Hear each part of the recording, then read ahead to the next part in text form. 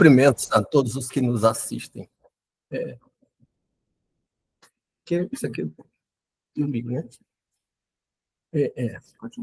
Vamos, então, dar início ao nosso estudo bíblico de hoje. E fazendo antes uma pequena revisão do que vimos no texto dos 2 domingos anteriores, para depois dar início a uma revisão ou a um estudo do texto de hoje. No texto, o sentido, Deus e o sentido da existência, do domingo anterior, tínhamos feito algumas considerações sobre o significado, razão de ser e propósito da realidade. Porque é uma das perguntas fundamentais que as religiões fazem e a filosofia também faz, ou as filosofias também fazem, ou algumas delas, que é: que mundo é esse? O sentido da realidade. Que sentido ele tem? O que é que ele significa? E qual é a minha relação com ele? O que é que eu estou fazendo aqui, nesse mundo? Então, isso é que tem relação com o sentido, razão de ser e o propósito. Isso tem um propósito. Para admitir que as coisas têm um propósito, têm uma razão de ser, é preciso admitir que elas tiveram um criador. Porque se acreditássemos no que se dizia até o século XIX, começo do século XX, que o universo sempre existiu, não teve criador, não tem criador, então não tinha significado, não tinha razão de ser, não tinha propósito. E essas coisas, significado, razão de ser, propósito, tem a ver com 3 aspectos. Tem a ver com os fatos, se os fatos corroboram com isso, sugerem isso. Tem a ver com a existência de valores morais, não é? Quando a gente fala em valor, às vezes a pessoa pensa em valor econômico.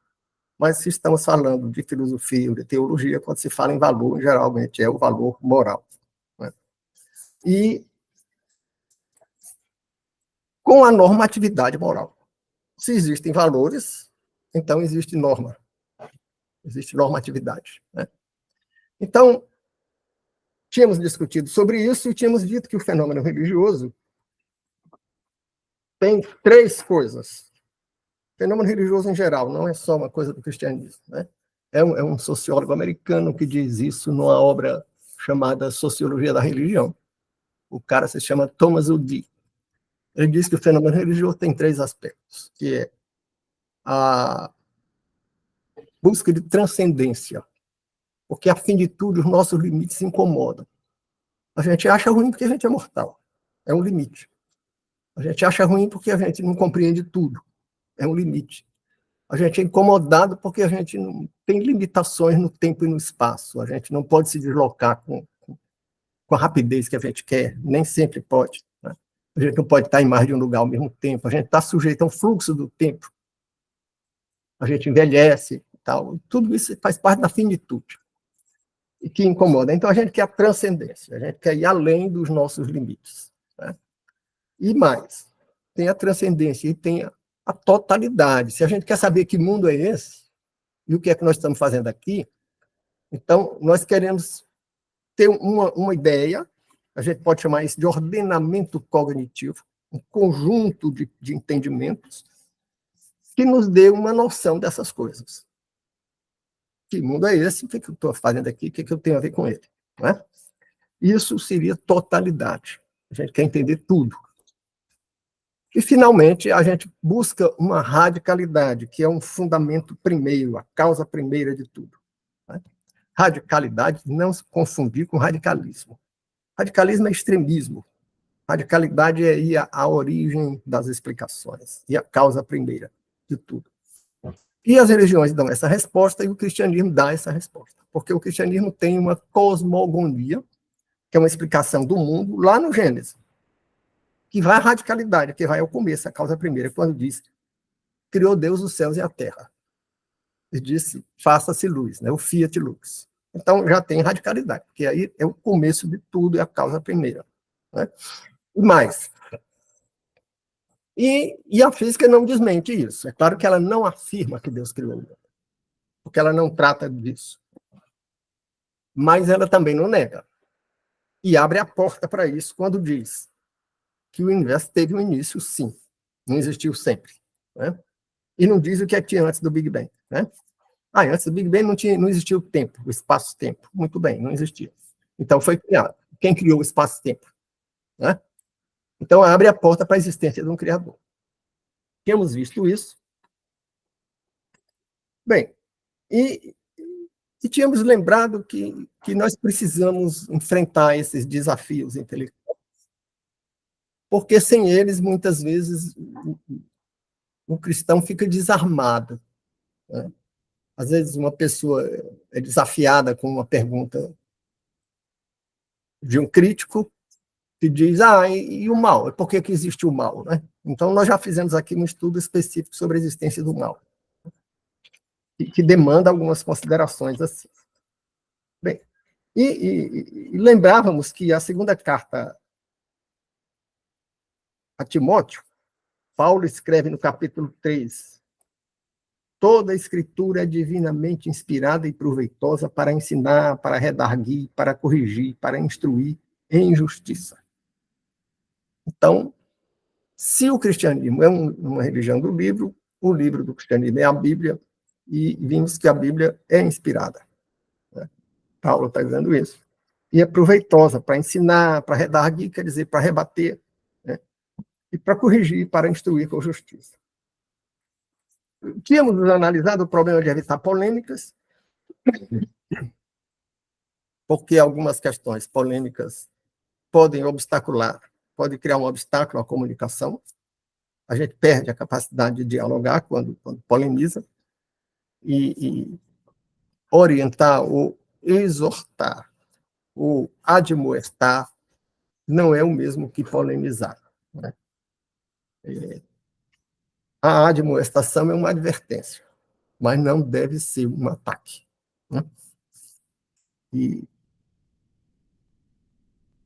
tínhamos visto que é muito difícil essa comunicação, principalmente com aquelas incrédulos que têm uma base teórica que, por mais errada que seja, tem uma aparência muito sólida, tem muitas respostas para muitas coisas. Né? E aí fica difícil comunicar. E por que é difícil?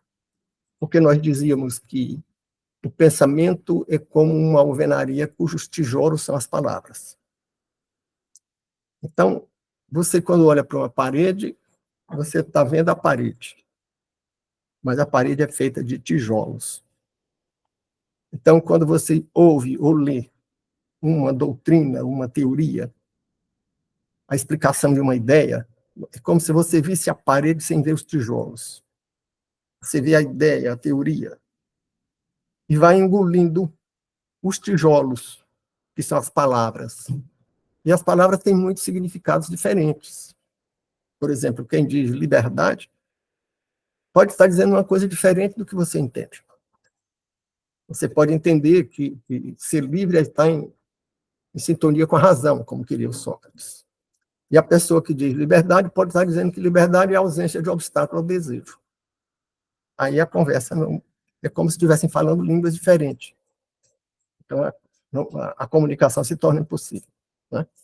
Então, quem diz, por exemplo, igualdade, pode estar se referindo à igualdade proporcional às necessidades, pode estar se referindo à igualdade proporcional ao mérito, ou pode estar se referindo à igualdade linear. Igual e pronto, a igualdade absoluta. Né? São três coisas diferentes, e você pode estar ouvindo uma palavra com um desses significados e entendendo com o outro. E você já reage. Né? Ou simplesmente você pode confundir. Eu lembro que eu conversava certa vez com um moço inteligente, estudioso, e falávamos sobre o significado da virtude. O que é virtude? Eu citava Aristóteles, que dizia que virtude é a capacidade de renunciar a um interesse em favor de um valor. E o rapaz já disse, isso é egoísmo. Ora, você está renunciando a um interesse, como é que é egoísmo? Né? E eu vi que não dava para conversar, porque ele estava entendendo que você renunciava a um interesse em razão de um valor econômico. Estávamos falando de um valor moral. Né? Então, a incomunicabilidade dos paradigmas é isso. Né? porque o que a gente diz, ou o que a gente escreve, ou o que a gente ouve, ou o que a gente lê, é como a famosa ponta do iceberg, né? Um grande bloco de gelo no mar, só aparece uma pequena parte dele. A maior parte dele está embaixo da superfície. Então, o cara ouve valor, entende uma coisa diferente do que você está dizendo. O cara ouve igualdade, entende uma coisa diferente do que você está dizendo. O cara ouve liberdade, entende uma coisa diferente do que você está dizendo. Então, procuramos advertir para isso, dizendo que, para superar a incomunicabilidade dos paradigmas, é preciso buscar pontos de contato. Né? É preciso ver onde é que é possível comunicar. Né? Então, tínhamos também visto o problema da complexidade e da simplificação. Essa apologética, que é a defesa da razão que nós apresentamos, ela está sendo desafiada por problemas complexos. Lembrávamos há pouco o problema do mal, que é muito complexo, mas nós enfrentamos, fizemos um artigo sobre isso e fizemos 2 domingos de estudo sobre isso. Agora estamos falando do problema, falávamos nos 2 últimos domingos sobre o fator cosmológico, né? O argumento cosmológico sobre a origem do universo. E aí entramos um pouco nas leis da física, né? Que é uma coisa complicada, né? Pelo menos para quem há muitos anos não se debruça sobre livros, ou quem nunca teve muito interesse por física, falávamos que determinadas leis da física contrariam tanto a evolução cósmica como a evolução da vida. Por exemplo, a segunda lei de Newton, ou melhor, a segunda lei da termodinâmica, que diz que qualquer sistema tende a um nível de menor energia e tende à simplificação e à degradação. E o universo teria surgido de uma singularidade sem dimensão, adimensional, e teria evoluído para um sistema altamente complexo de galáxias, estrelas, planetas e etc. E leis da física, né? E isso contraria a segunda lei da termodinâmica. Como também a evolução biológica contraria a lei da termodinâmica. Porque você partir do átomo do carbono e ir para um unicelular, e depois para um pluricelular, e depois para um elefante, e até chegar no homem, isso é o contrário, porque é um sistema que vai se tornando, vai ganhando maiores níveis de energia e maior complexidade, ao invés de ir perdendo energia e ir perdendo complexidade, né? Tornando-se mais simples. Bom, e esse é o desafio. Então, o que é que a gente faz com as questões complexas? Ou a gente varre para debaixo do tapete, não enfrenta, e é isso que tem acontecido, e é por isso que as universidades e a grande imprensa, né, hoje estão falando em mídia tradicional, e outros espaços foram dominados pelos críticos do cristianismo, porque o cristianismo se excluiu desse debate. Ah, mas é muito difícil, mas precisa ser enfrentado. Ah, então vamos simplificar. Cuidado, porque quando você simplifica, você empobrece o texto. A simplificação consiste em tirar as coisas complicadas. Quando você tira as coisas complicadas, a explicação fica mais pobre. Isso se chama reducionismo. Você tem uma coisa muito complexa e você reduz, diminui para as coisas, para simplificar. Dizem que o Einstein, quando criou a teoria da relatividade, ninguém compreendeu. Ele publicou e ninguém entendeu. Né? E aí ele simplificou e publicou de novo e ninguém entendeu. E ele simplificou e explicou de novo e ninguém entendeu. E depois de simplificar muitas vezes e ninguém entender, ele lá pela 5ª ou 6ª vez, ele fez um panfleto explicando e todo mundo entendeu. Mas aí não era mais a teoria da relatividade, já era outra coisa. Né? Porque quando a gente começa a simplificar, a coisa perde sentido. Então, será que é impossível tratar de coisas complexas? Eu acho que não. Por que eu acho que não? Porque eu vejo pessoas muito simples, eu vejo pessoas quase que sem nenhuma escolaridade entenderem a Bíblia. E entenderem muito bem. e entenderem as versões bíblicas escritas numa linguagem clássica, numa linguagem até certo ponto muito arcaica e complexa. Vou-lo tenho dito é comum uma expressão dessa na Bíblia. E isso não é da linguagem cotidiana. E as pessoas, por mais simples que sejam, leem e entendem. Então, outro aspecto a considerar é que nenhuma obra clássica e de grande influência no mundo foi escrita em linguagem simples. Talvez Karl Marx tenha sido o homem que mais influenciou o mundo a partir do século XIX. Para o bem ou para o mal, não vou entrar no mérito, mas foi talvez quem mais influenciou o mundo. E vá ler o Capital. Não é simples, não. E não é em linguagem popular, não. Outro exemplo aqui para nós, no nosso meio. Quando se fala em Canudos, todo mundo lembra de um autor, Euclides da Cunha, na sua obra clássica, né? Os Sertões. E quem é que lê aquilo? Tem 3 partes, né? A terra, o homem e a luta. Se a pessoa vai para a terceira parte, até consegue ler a luta, mas vai ler a terra com uma linguagem técnica de uma arqueologia, de uma geologia, né? Depois vai ler o homem com uma antropologia do século XIX. Então, apesar de ser uma obra muito hermética, quer dizer, de difícil penetração, é a que todo mundo se lembra. Ah, mas é porque não tem outra? Não. Deve ter mais de 200 obras sobre Canudos. Todo o departamento de História e todo o departamento de Sociologia, de tudo que é universidade, tem um professor que fez pelo menos um livro ou um artigo sobre Canudos. Se não tiver mais de um. Né? Mas ninguém sabe. Então, simplificar não é a receita do sucesso de comunicação. Simplificar não significa que vai alcançar. O que torna uma obra importante é a capacidade de ir à questão central. E, se poucos entenderem, esses poucos vão multiplicar. Poucos leram Capital. Quando eu fazia o mestrado em Sociologia, o professor de Teoria Sociológica perguntou quem é que tinha lido Capital. Numa turma toda de marxista, só quem tinha lido era quem não era marxista. Euzinho aqui. Né? Então, e os outros todos não tinham lido. E nem leram depois. Né? E nem leram o Grundrisse, que é outra obra importante. Né? Talvez tenham lido, leram no mestrado o 18 de Brumário de Luiz Bonaparte, que não é um livro, virou livro, mas foi um conjunto de artigos que o Marx escreveu para um jornal de Chicago. Né? Matéria de jornal é mais fácil de ler, ao invés de uma matéria acadêmica, uma tese, uma coisa mais pesada. Né? Então, e o panfleto, o manifesto, aí eles todos tinham lido. Né? Bom, então, mas o que é isso? É porque existem multiplicadores. E nós devemos preparar multiplicadores. Por isso, enfrentamos esse desafio. E tínhamos visto ainda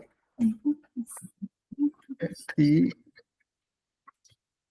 o cristianismo tem totalidade, tem radicalidade. Já dissemos lá no Gênesis, no princípio, Deus, os céus e a terra, sem radicalidade. Né? E quando diz os céus e a terra, está falando de tudo, portanto, tem totalidade. Porque, além de ter uma totalidade cósmica, tem uma totalidade também no campo da ética e da moral. Ah, mas o cristianismo, você não disse que não é religião, nem é apenas uma relação com Deus através de Jesus? É apenas uma relação com Deus através de Jesus. Mas também tem outros significados. Também acaba sendo uma religião porque tem o cristianismo histórico. O cristianismo revelado é só uma revelação. Revelado é o que está na Bíblia. Histórico é o que a gente faz nas igrejas, com diversos nomes de igreja. Né? Esse cristianismo histórico tem ritos, tem organização humana, e tem as imperfeições próprias da organização humana. Então, nós teríamos que que enfrentar as dificuldades decorrentes dessas imperfeições também, dialogando com os críticos. Né? E já vimos que essa totalidade, que inclui uma normatividade, trata das relações sociais. E com muita simplicidade, mas com muito alcance, o que é difícil para a sabedoria humana conseguir alcançar tanta coisa com tanta simplicidade. Esse é um dado que depõe a favor da inspiração divina. Porque o Cristo chegou e disse, olha, tudo se resume em amar a Deus e amar ao próximo. Pronto. Né? E aí ele resumiu toda a lei de Moisés, que tem, além dos 10 mandamentos, tem centenas de leis rituais. Né? Então, terminávamos dizendo que há uma necessidade lógica de Deus. Por que uma necessidade lógica? Se o universo teve um começo, e esse é o argumento cosmológico, tem que ter tido um criador. Tá? Agora, e esse criador? É o criador do deísmo com D, que apenas é uma razão que não se comunica, que é impessoal, como são as leis da física, ou é uma pessoa? E aí a necessidade lógica da pessoa se manifesta nas profecias reveladas, cumpridas, e no registro de atos e fatos miraculosos. Eu dizia que fato, valor e norma, que é uma teoria lá do direito, que eu aproveitei aqui, que diz que direito é fato, valor e norma. Né? Nos fatos, que fatos? Os fatos miraculosos, os milagres. Que fatos? As profecias cumpridas. Né? E que valor? O valor que isso tem, derivado da normatividade que orienta tanto as relações verticais entre Deus e os homens, como as relações horizontais entre os homens. Nos 2 mandamentos do Cristo, amar a Deus está regulamentando as relações verticais entre Deus e os homens. E amar ao próximo está regulamentando as relações horizontais entre os próprios homens. Né? Lembrando o que eu tenho sempre dito aqui, quem é o próximo? Próximo quer dizer perto. Né? Próximo é quem está perto. Amar ao próximo não é amar as criancinhas que estão morrendo na guerra da Ucrânia. Aliás, pouco se fala nas crianças que morrem na guerra da Ucrânia. Né? Só se fala muito nas crianças que morrem na guerra de Gaza. Né? Mas é muito fácil amar a 8, 9 mil quilômetros de distância, sem sentir o cheiro de pólvora, sem ouvir os gemidos, sem ser desafiado a sujar as mãos para socorrer alguém e, sobretudo, a meter a mão no bolso para socorrer alguém.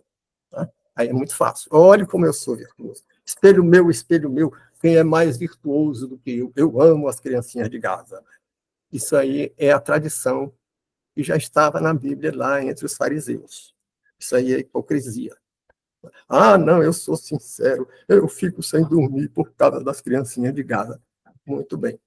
Mas é hipocrisia, você não sabe o que é hipocrisia, mas é, porque é uma coisa inconsciente. Né? E Freud explica que o inconsciente é que nos governa. Né? Então, eram essas as considerações de que tratávamos nos 2 domingos anteriores. Então, se a necessidade lógica de Deus, que significa ir além do deísmo, e além da deusa da razão que a Revolução Francesa botou na catedral, através da imagem de Atena, a deusa grega, e além do deus relojoeiro, que significa que cria um relógio, mas não cuida do relógio. O relojoeiro cria o relógio, vende ou dá de presente. Né?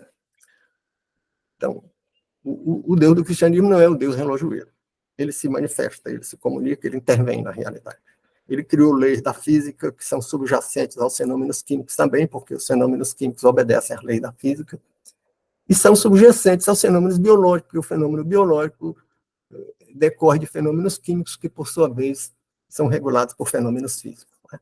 Então, criou as leis e tal, e acabou, e o relógio está pronto, e ele não se mete, não é assim. O cristianismo tem um Deus que intervém, que acompanha. Né?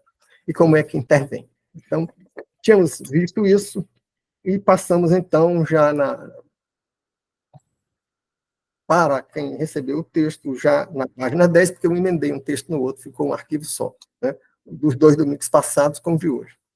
Então, já na página 10, tem 2 parágrafos iniciais que tratam dessa revisão dos domingos anteriores, que nós fizemos agora, e tem um item com o título Profecias que se cumpriram. E para que isso? Para dizer que, olha, o livro sagrado dos cristãos é realmente revelado. É realmente um fenômeno sobrenatural. Como é que é? Vamos lá. Agora vamos nos voltar para o livro sagrado dos cristãos. Agora já não precisamos falar aqui em física, em Einstein, em segunda lei da termodinâmica, em lei da ação e reação, em gravitação universal, em Galileu e esse povo. Já passamos disso. Né? Agora vamos para a revelação bíblica. Então vamos lá. O profeta Daniel vaticinou, quer dizer, profetizou, a queda de 4 impérios. Não é pouco. Você pode dizer assim, o cara chutou. Por exemplo, alguém poderia dizer que a monarquia francesa ia cair em 1750. Alguém já poderia dizer, olha, eu não dou 40 anos para esse negócio cair. E realmente caiu.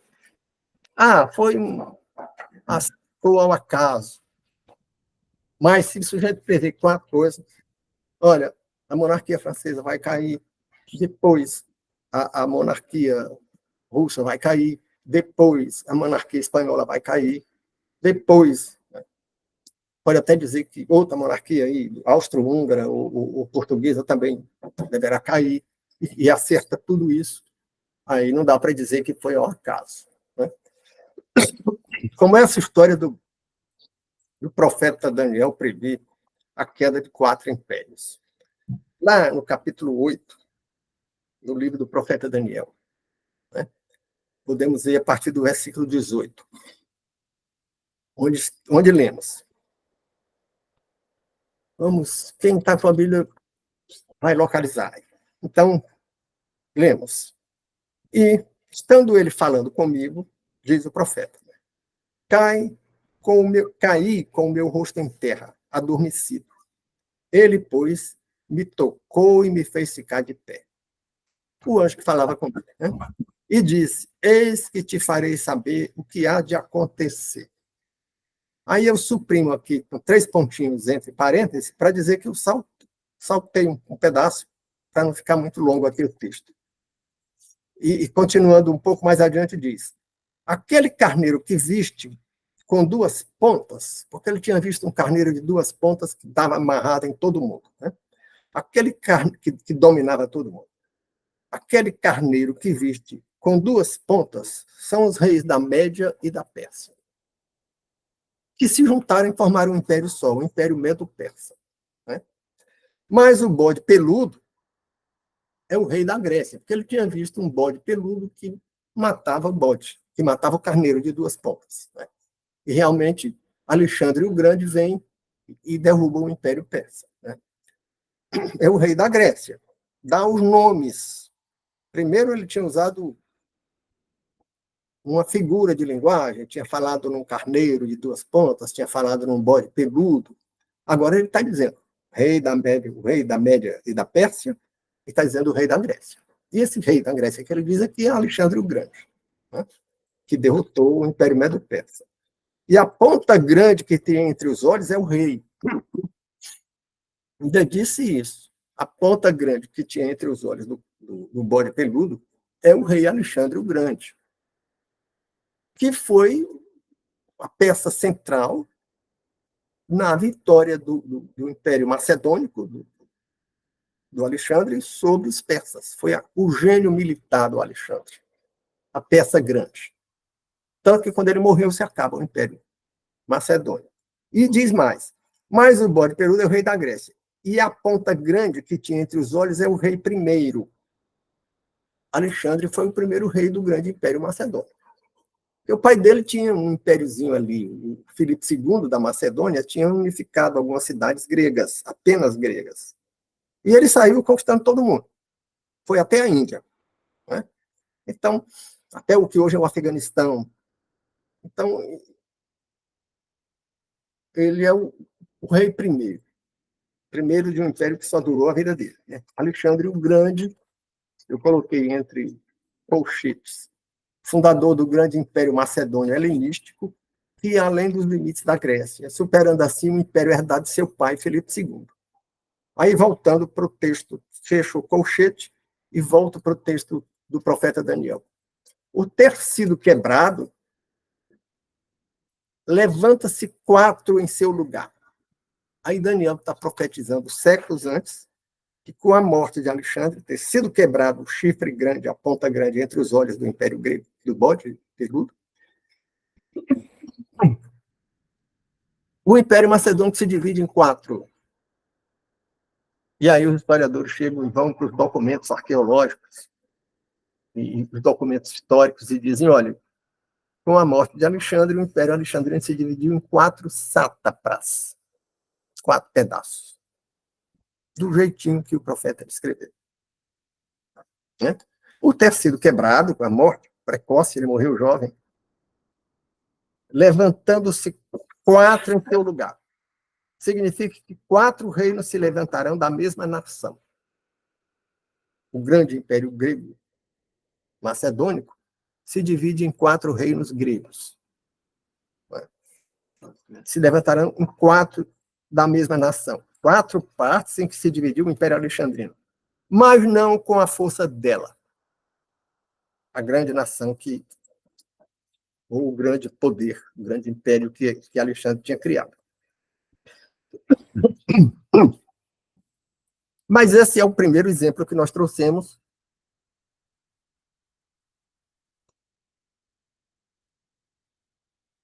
de profecias que se cumpriram.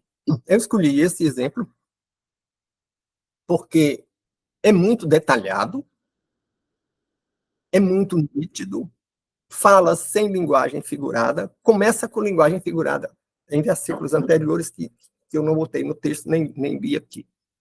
Começa falando no carneiro, começa falando no bode, o carneiro que vem do leste, que era o Império Medo-Persa, e o bode que vem do ocidente, que é o Império Grego.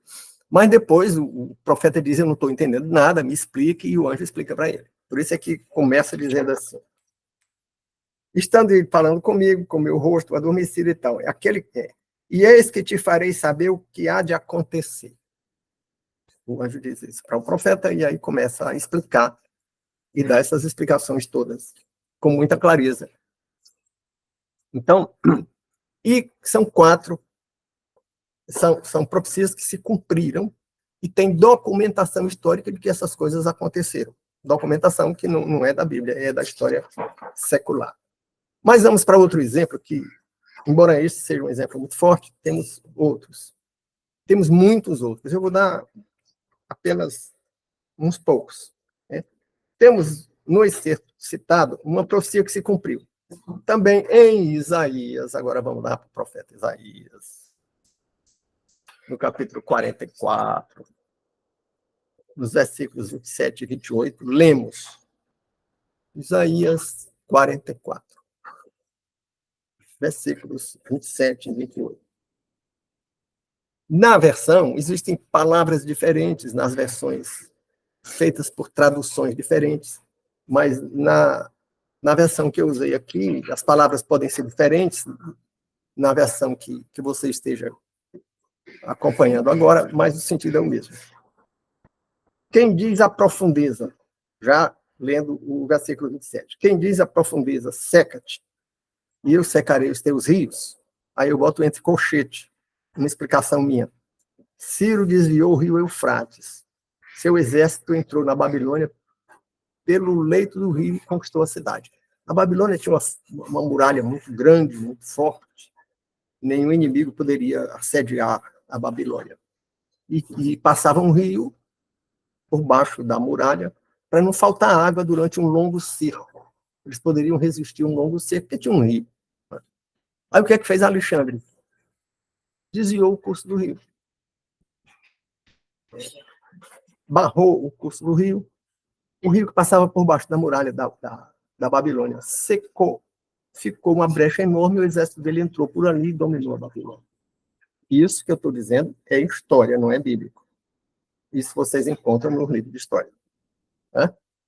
Então, que confirma o que o profeta Isaías anunciou século antes. Né? E diz, quem diz de Ciro, olha aqui a força da profecia. O profeta cita o nome de um homem que não tinha nem nascido. Né? Quem diz de Ciro é meu pastor e cumprirá tudo o que me apraz, dizendo também a Jerusalém, sê edificada, e ao tempo funda-te. Sê edificada e ao tempo funda-te. Dizendo também a quem? Ao homem que a Bíblia diz que é meu pastor e fará tudo que me apraz. E Ciro deixou um decreto libertando o povo hebreu, que estava escravo na Babilônia, e mandando amparar, com o dinheiro do Império Medo-Persa, a reconstrução de Jerusalém e do Templo. Quando Ciro conquistou a Babilônia e encontrou os velhos papiros ou outra forma de receber registro, os velhos, vamos chamar de papéis, né? Claro que não eram papéis, não tinha papel ainda, deviam ser papiros. Com essa profecia, e viu que era uma coisa antiga, ele tremeu nas bases. Ele disse, olha, o povo desse Deus já falava de mim antes de eu nascer. E eu vou fazer o que ele está dizendo. E baixou um decreto. Por isso é que depois o Império Medo-Persa não apenas libera os judeus para voltarem para Jerusalém, que estavam escravos, que tinham sido conquistados na Babilônia, quando a Babilônia foi conquistada pelos Medo-Persas, mas ainda mandou ajudar financeiramente para que eles reconstruíssem Jerusalém, que estava muito destruída, e reconstruíssem o templo de Salomão, que tinha sido destruído pelos assírios. Então, prosseguindo no livro de Isaías, agora no capítulo 45, vamos um pouco adiante, Isaías 45, versículos 1 e 2, lemos. Aqui, abre aspas, porque eu vou ler o texto bíblico. Professor, com licença, só uma dúvida. O templo de Salomão, ele foi destruído pelos babilônicos ou pelos assírios? Pelos assírios, né, que os babilônios também eram da mesma etnia dos assírios. É isso que gera uma certa confusão. Porque tem algumas versões que teria sido os babilônicos Nabucodonosor II. Então, foram os assírios. Eram Da mesma assírios. etnia. Os babilônicos eram uma vertente dos assírios. Certo. Bem, prosseguindo no livro de Isaías, no capítulo 45, versos 1 e 2, lemos. Assim diz o Senhor ao seu ungido, a Ciro, a quem tomo pela tua mão direita, para abater as nações diante da tua face. Eu soltarei os lombos dos reis, para abrir diante dele as portas, e as portas não se fecharão. Eu irei diante de ti e endireitarei os caminhos tortos. Quebrarei as portas de bronze e despedaçarei os ferrolhos de ferro. Ninguém resistiu ao exército de Ciro. Ciro derrotou todo mundo. As pessoas dizem, Napoleão foi um grande general. Napoleão levou uma surra do inverno na Rússia. Você diz, Aníbal, cartaginês, foi um grande general. Foi, mas não conseguiu conquistar Roma. Voltou com o rabo entre as pernas para Cartago. Cartago terminou sendo destruída. Né? César foi um grande general, mas acabou apunhalado lá nas escadarias do Senado romano sem alcançar o que pretendia. Ciro não. Ciro foi imbatível. Né? Então, conforme estava profetizado por Isaías. Então, ao saber das antigas profecias contendo tal vaticínio, Ciro decretou privilégios para os hebreus. Dentre as profecias que se cumpriram, merece destaque algumas que falam a respeito do Messias. É o terceiro exemplo que eu cito aqui, mas são inúmeros exemplos de profecias que se cumpriram. Né? Então, lá, ainda com Isaías, agora no capítulo 53 de Isaías,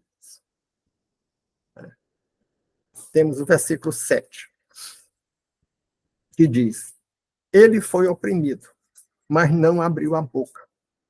Como um cordeiro foi levado ao matadouro, como ovelha muda perante os seus tosqueadores, ele não abriu a boca. De quem é que Isaías está falando aqui? Mais ou menos no ano 700 e pouco, antes de Cristo. Mais de 700 anos antes de Cristo, ele está falando do Cristo. E a descrição do Cristo aparece, do Cristo perante os seus acusadores e verdugos, é completada no versículo 10, nos versículos 10 e 11, do mesmo capítulo de Isaías. Ainda no capítulo 53, agora nos versículos 10 e 11.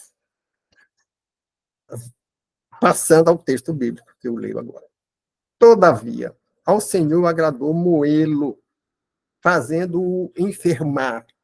Quando sua alma se puser por expiação do pecado, verá sua posteridade, prolongará os dias, e o bom prazer do Senhor prosperará na sua mão. Aí eu salto algumas coisas, boto 3 pontinhos aqui entre parênteses, e digo, o justo justificará a muitos, porque as iniquidades deles levará sobre si. Aí, com mais de 7 séculos de antecedência, Isaías está descrevendo o julgamento e a execução de Cristo.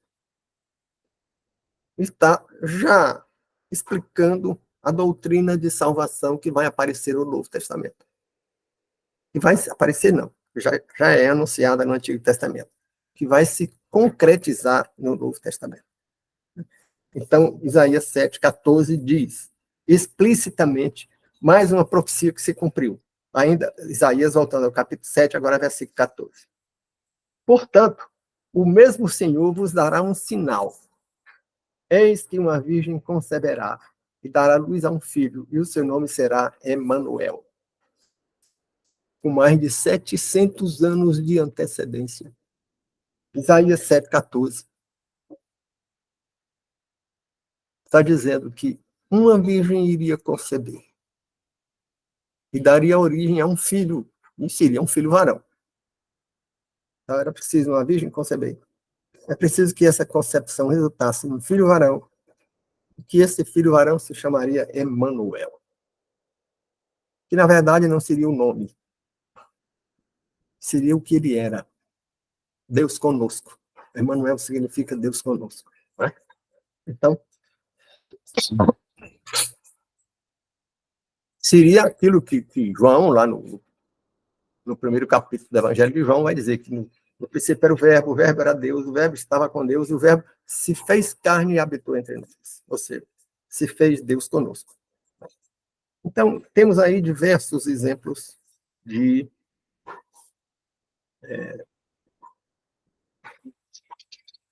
profecias que se cumpriram.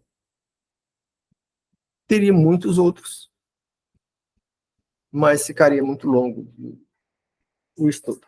Né? Então, passemos agora a um outro item. Está na página 12 aí do texto de quem recebeu. A Bíblia também informa sobre aspectos da realidade material que só seriam descobertos séculos mais tarde. A Bíblia não é um livro científico. Ela não foi escrita para explicar os fenômenos físicos, nem os fenômenos químicos, nem os fenômenos biológicos, nem os fenômenos sociais. Ela foi escrita para orientar a relação entre Deus e os homens e as relações entre os homens. Só. Com isso, ela pretende nos oferecer o caminho para a transcendência. E pretende nos oferecer o caminho para alcançar a totalidade do ordenamento cognitivo. E ir à radicalidade, a causa primeira das coisas.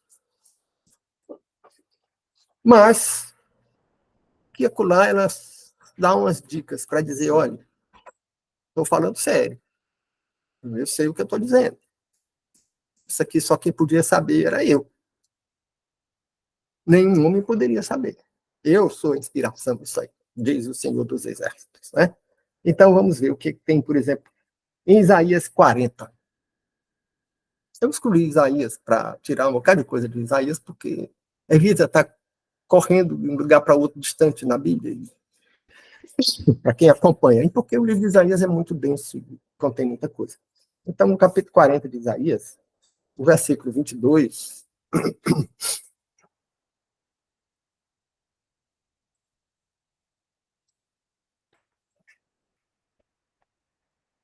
diz com muita clareza uma coisa que na época ninguém sabia. Os gregos, que eram muito mais evoluídos do que os hebreus, não sabiam. Lá na Índia tinha uma civilização muito mais evoluída do que Israel e não sabia. Na China tinha uma evolução muito mais evoluída, tinha uma cultura muito mais evoluída do que em Israel, e os chineses não sabiam. O que é que ninguém sabia? E o profeta soube, porque aí ele foi revelado. Vamos ler Isaías 40, 22, abre aspas. Ele é o que está sentado sobre o globo da terra. Ai, a terra era um globo? As pessoas pensavam que a terra era plana. Isaías. E quem era Isaías? Era um profeta de um povo simples, criador de ovelhas. Ele propriamente não era criador de ovelhas, ele devia ser sacerdote, era um profeta. Mas a cultura de Israel era de um povo pastoril e agrícola. Inclusive, as parábolas todas invocam ovelha, invocam plantio, invocam colheita, né? Porque a cultura era agropecuária. E esse sujeito, de repente, sabia que a Terra era um globo. Isso foi porque foi revelado. Né? Mas temos mais. Também, para não ficar só no livro de, Jó, de Isaías, vamos lá no livro de Jó. Livro de Jó, vamos no capítulo 26, no versículo 7. Né? E agora, por que eu escolhi o livro de Jó? Porque o livro de Jó, alguns estudiosos dizem que aí do século V, entre o século VII e o século V antes de Cristo, que já seria um período muito recuado. Mas outros estudiosos dizem que ele é de 1.600 anos antes de Cristo, ou seja, do século XVI antes de Cristo. Portanto, de um período muito recuado. E é possível que seja essa data mesmo, porque ele não fala de Abraão, ele não fala de Moisés, ele não fala de Ló, ele não fala do dilúvio, ele não fala de Noé, ele não fala de muitas coisas muito antigas. Ele não fala de Israel, ele não fala do povo hebreu. Ele parece ser anterior à existência de Israel, portanto, anterior a Abraão. Parece ser muito antigo. Por isso, algumas pessoas dizem que é o mais antigo livro da Bíblia, 1.600 anos, 1.500, 1.600 anos antes de Cristo. Nessa variação aí. Então, o que é que, num período tão recuado, o livro de Jó já dizia? Vamos ler aí Jó 26, 7. Abre aspas. O norte estende sobre o vazio, sustenta a terra sobre o nada. O que é isso? Sustenta a terra sobre o nada. Como é que algum varão de uma época dessa sabia e poderia dizer que a terra se sustenta sobre o nada? Porque os gregos pensavam que tinha um gigante, o Atlas, que sustentava a terra sobre os ombros. E havia até quem dissesse que o gigante, por sua vez, pisava sobre um elefante. O elefante, por sua vez, pisava sobre uma tartaruga. E a tartaruga, não pergunte mais, porque ele não respondeu. Né? E aí chega um poeta, porque o livro de Jó é um livro poético. A gente não percebe por causa das traduções, né? Traduzido do hebraico para o latim, traduzido do latim para o inglês na Bíblia do Rei Jaime, e traduzido do inglês para o português, ou traduzido do latim para o português na versão do padre, que é mais divulgada aqui entre nós. Então, o poeta que escreveu o livro de Jó, e não tem um autor, a gente não sabe quem é o autor, já sabia que a Terra se mantinha sobre o nada. não podia saber. Foi revelado. Já estamos às 10h05. Parece-me que é uma hora em que as pessoas têm compromissos domingueiros. E, embora estejamos perto de concluir, temos mais metade da página 12 e só um pedacinho da página 13. Então, acho que podemos esticar um pouco e concluir, está sugerindo aqui a Josefina, né? Então, tem também os fatos prodigiosos. Disse, o que fundamenta a crença na revelação do livro sagrado dos cristãos, que é a Bíblia. Primeiro, há uma série de profecias que se cumpriram. Segundo, existem fatos, milagres da Bíblia, que a pesquisa arqueológica confirma. Então, vejamos. Lá no segundo livro de Reis, agora vamos dar uma passeada. Vamos voltando. Estávamos em Isaías, que é um dos grandes profetas, voltamos para Jó, que é o primeiro dos livros poéticos, agora estamos voltando para o segundo livro de Reis, no capítulo 19. Vamos ver os versos 32 a 35. E aí lemos. Porquanto assim diz o Senhor acerca do rei da Assíria, não entrará nesta cidade, nem lançará nela flecha alguma, tampouco virá perante ela com escudo, nem levantará tranqueira alguma. Tranqueira era uma elevação, uma espécie de andaime que os atacantes faziam para atacar as muralhas, para subir nas muralhas, né? Nem levará tranqueira alguma pelo caminho por onde vier. Por onde vier, ele voltará. Ou seja, Senaqueribe, que era o rei dos assírios, veio atacar Jerusalém, mas vai voltar por onde veio, sem jogar nenhuma flecha, sem assediar a cidade. Porém, nesta cidade não entrará, diz o Senhor, porque eu ampararei esta cidade para a livrar por amor de mim e por amor de meu servo Davi. Sucedeu, pois, que naquela mesma noite saiu o anjo do Senhor e feriu no arraial dos assírios a 185.000. Morreram 185.000 soldados do rei dos assírios, numa noite.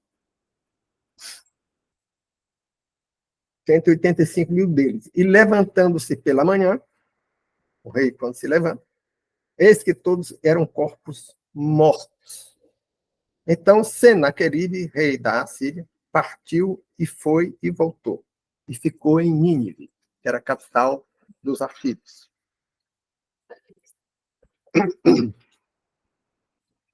Bom,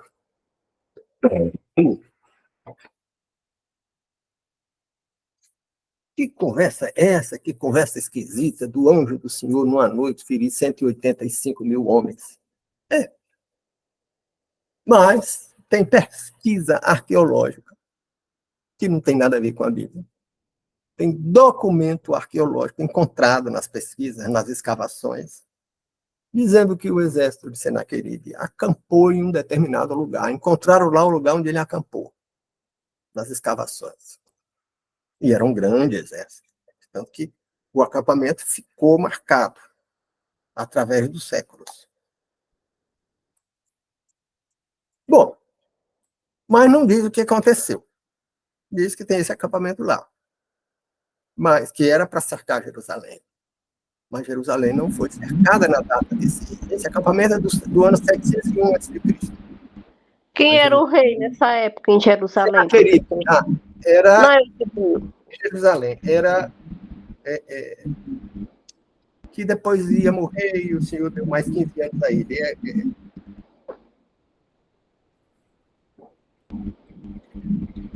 Que eles já estavam divididos, né, em Judá e Israel. Aí é Judá. Te digo já o nome dele. E Senaqueribe voltou para Nínive, como o profeta tinha dito. E tem outra fonte histórica, tem um livro chamado E a Bíblia Tinha Razão, escrito por um arqueólogo. Vocês podem procurar na internet, facilmente encontram. É um livro antigo, dos anos 70, mas deve ter algum estoque nesses sebos virtuais aí, como é a traça, como é a estante virtual. Então, vocês encontram lá, e a Bíblia tinha razão, que fala de documentos históricos que diz que Senaqueribe marchou sobre Judá com um exército de 180 mil homens. E diz que morreu todo mundo numa noite. Ah, mas não foi o anjo do Senhor. Deve ter sido. Aí começa a especulação histórica. Deve ter sido. Porque era um exército muito grande, 180 mil homens, e não, os documentos históricos não dizem 185 mil, dizem 180 mil. A Bíblia diz 185 mil. Não acho que seja uma diferença relevante. E tinha cavalaria, e devia ter camelos carregando cargas, e devia ter um consumo de água muito grande. E o rei de Judá mandou aterrar as fontes de água, quando soube que o inimigo vinha sobre Judá, mandou aterrar as fontes de água no campo. E eles devem ter bebido alguma poça d'água infectada. E tem uma bactéria, uma salmonela, não sei das quantas, que pode matar numa noite. Dar uma disenteria e matar numa noite. Muito bem, mas é uma coincidência, né? Essa bactéria matar, porque outros exércitos, até maiores, caminhavam naquela região bebendo água que encontravam pelo caminho, e não aconteceu isso jamais com nenhum outro exército, nem antes nem depois. Morreu um exército inteiro numa noite. Então, tivemos aí uma profecia que se cumpriu no curto prazo. O rei de Judá, na época, é o mesmo que logo depois adoeceu e o profeta foi dito que ele ia morrer. E ele orou e chorou, e o profeta voltou lá e disse: olha, o Senhor vai te dar mais 15 anos. Acho que é Ezequias, não?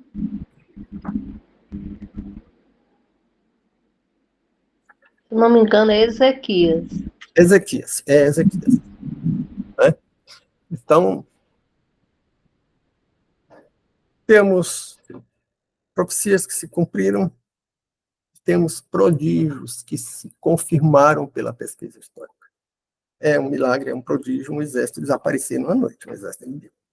E como o profeta tinha dito, sem jogar uma flecha, sem levantar tranqueira, sem assediar a cidade, antes de começar o ataque, morreu todo mundo. Então, o livro que eu citei há pouco tem um título muito correto. Ele diz: e a Bíblia tinha razão. E como é que tinha razão? Tinha razão porque era revelado. Eu até não gosto muito desse livro, porque ele procura dar explicações naturais para os fenômenos. Essa história da bactéria é ele que diz. Uma salmonela, não sei das quantas, o exército bebeu essa água e morreu todo mundo. É especulação. Ele não tinha que fazer essa especulação, ele tinha que dizer que tem uma documentação que o exército inteiro morreu na noite. Ah, porque foi? Não sei. O profeta disse que foi um anjo. Aí o anjo, será que tem que vir um anjo vestido de branco, com a espada na mão, matando pessoas? Ou a linguagem do anjo passou matando? Pode ser também uma bactéria? Pode. Né? Uma linguagem figurada. E não seria só uma bactéria, seria mesmo uma ação sobrenatural. O anjo aí significa ação sobrenatural. Porque não é natural que tenha um índice de mortalidade tão grande com qualquer infecção. 180 mil homens bebem de uma água contaminada, digamos que morresse 30 mil, 40 mil, ficava 150, 140 mil. Eu passava mal e tudo, mas não morria. Mas morri 180 mil, morri todinho. E o rei acordar e ver que está só e voltar para casa derrotado, sem ter havido luta, não é um fenômeno natural. Além do mais, o fato de que não existe paralelo. Falávamos há pouco em Ciro, falávamos há pouco em Alexandre o Grande, que foram generais que andavam com exércitos muito maiores. Dario, Xerxes. Xerxes parte da Pérsia para conquistar a Grécia com um exército de 1 milhão de homens. 1 milhão de homens. E com cavalaria, e com camelo e outras coisas. E não morreu ninguém por causa de água contaminada. Né? Então, o livro revelado é realmente revelado. Isso precisa ser enfrentado na guerra cultural. Certa vez eu estava fazendo uma exposição no Congresso Luz Brasileiro de Filosofia do Direito, na Faculdade de Direito da Federal. E um economista que presidia uma instituição política me interpelou sobre guerra cultural. Eu tinha mencionado, assim, de passagem, o assunto não era esse, mas eu tinha mencionado, e ele perguntou sobre isso. Eu acho que ele estava querendo duvidar que existisse guerra cultural. Né? E o que é que a gente tem a dizer nessa hora sobre guerra cultural? Quem não tem familiaridade com o assunto, precisa ler um livro do Gramsci, Os Intelectuais e a Organização da Cultura, onde ele prega a luta pela hegemonia ideológica. E a luta pela hegemonia ideológica é um nome bonito para a guerra cultural. Tem outro livrinho muito menor, que era editado em capa azul, pequenininho, e todo mundo no campus da UFC andava com aquele livro debaixo do braço, do camarada chamado Louis Althusser, que o título é Ideologia e Aparelhos Ideológicos do Estado, que fala abertamente da guerra cultural. E dá uma receita e diz como é que deve ser empreendida. Né? Bom, esse é o primeiro aspecto. Existe, está lá, e é documentado. Segundo aspecto. Note que houve a conquista das universidades, houve a conquista dos sindicatos, houve a conquista da grande imprensa e houve a conquista das associações profissionais. A OAB, por exemplo, foi dominada pela guerra cultural e outras instituições. Então, guerra cultural existe sim. E nós não fizemos nada. E achávamos que isso passava, e achávamos que os meninos lá na universidade ouviam aquelas conversas, mas saíam dali e iam cuidar da vida. E até, talvez a maioria tenha feito isso, embora alguns tenham se tornado ativistas. Né? Está cheio de líder político que passou por diretório acadêmico. Mas, considerando que a maioria foi cuidar da vida, essa maioria está cuidando da vida, não está no ativismo, mas vota. Vota. E vota obedecendo à hegemonia ideológica que resultou da guerra cultural. E as igrejas não reagiram a isso. Até recentemente. Só muito recentemente. Recente em termos históricos é coisa de uns 20 anos. Tem aparecido alguma tentativa de resistência. Com muita dificuldade, porque é um tema complexo, é difícil, e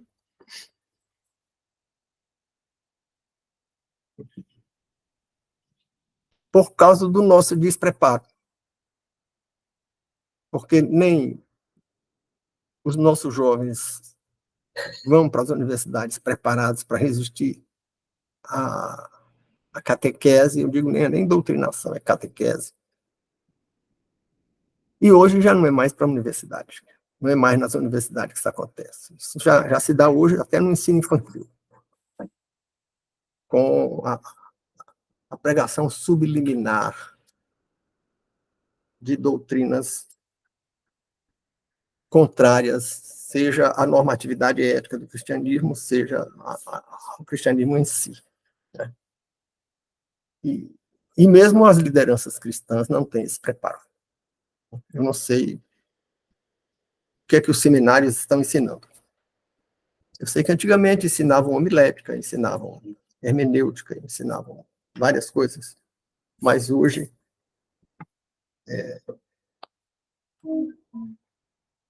Eu não sei o que eles estão ensinando. Eu sei que alguns se deixaram levar pela doutrinação e estiveram replicando dentro de alguns seminários